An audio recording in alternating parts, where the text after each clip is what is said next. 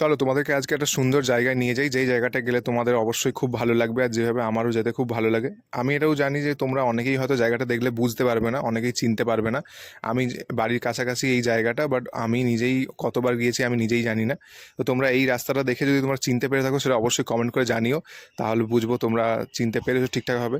তো এই দেখতে পাচ্ছ চারিদিকে জল আর জল, আর আমরা কোথায় যাচ্ছি সেটাও তোমরা একটু পরে দেখতে পাবে। অ্যান্ড এই হচ্ছে সেই জায়গাটা, এটা কোথায় বলো তো? যারা জানো অবশ্যই এক্ষুনি কমেন্ট করে জানাও। অ্যান্ড তোমরা ব্লগটা দেখতে তো আমি একটু পরেই তোমাদেরকে বলে দেবো এটা কোন জায়গা। অ্যান্ড এই যে দেখতে পাচ্ছ সুন্দর নদী, এটা হচ্ছে আমাদের হলদি নদী। অ্যান্ড এই হচ্ছে একটা নৌকা দাঁড়িয়ে আছে, নৌকাতে মাছ নিয়ে এসছে, ওটা মনে হচ্ছে কিছু লোকজন বসে আছে, ওরা বাছাই করছে মনে হচ্ছে। আর এদিকে দেখতে পাচ্ছ জাস্ট ভিউটা, তোমরা জাস্ট দেখো, আমি আর কিছুই বলবো না। জাস্ট সেখানে তুমি শান্তিতে বসে থাকবে, সুন্দর নদীর আওয়াজ, আর কিছুই না। নদীর স্রোতের আওয়াজেই তোমার মন ভরে যাবে একদম।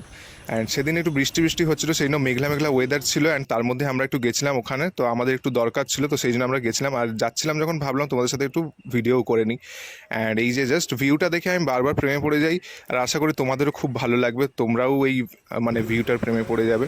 অ্যান্ড আমি টাউনশিপ ঘাটেও অনেকবার গিয়েছি, বাট এখানের পরিবেশটা সম্পূর্ণ আলাদা।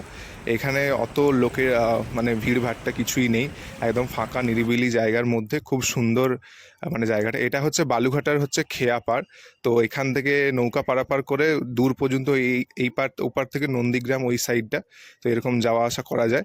অ্যান্ড এইখানে একটাই যে সিটিং এরিয়া আছে, আর এই যে একটা গাছ আছে, এই গাছের তলায় তোমরা বসে আসলে এখানে গল্প করতে পারবে, বাট বেশি জনের সিটিং এরিয়া নেই এখানে, অ্যাকচুয়ালি একটাই আছে। অ্যান্ড তারপর কথা বলতে বলতে বৃষ্টিও চলে এসছে, আর আমাদের যে কাজটা ছিল এখানে সেটাও হয়ে গেছে। জাস্ট ভিউটা জাস্ট দেখো, জাস্ট মারাত্মক লেভেলের ভিউ।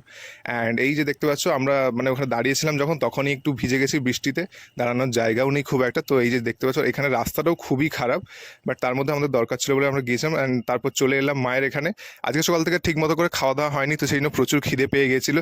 সেই জন্য কী খাবো করে করে আজকে আসার সময় বিরিয়ানি কিনে নিয়ে এলাম, কিন্তু সকাল থেকে ঠিক মতো করে খাওয়া হয়নি। তো সেই জন্য আজকে যেহেতু পূর্ণিমা ছিল না, কেউ বিরিয়ানি খাবে না, না এক প্লেট বিরিয়ানি আমি কখনো খেতে পারি না, বাট কিছু করার নেই, যখন কেউ খাবে না আমাকেই খেতে হবে। তো এই ছিল আজকের ব্লগ। আজকের ব্লগটা কেমন লাগলো সেটা অবশ্যই কমেন্ট করে জানিও, জায়গাটা তোমাদের কেমন লাগলো সেটা অবশ্যই কমেন্ট করে জানিও। তো ওখানে আমরা কিসের জন্য গিয়েছিলাম সেটা তোমাদেরকে পরে অন্য কোনো ব্লগে নিশ্চয়ই জানাবো। দেখা হচ্ছে তোমাদের সাথে নেক্সট ব্লগে। আজকের মতো বাই। ভালো লেগে থাকলে অবশ্যই ফলো করে দিও।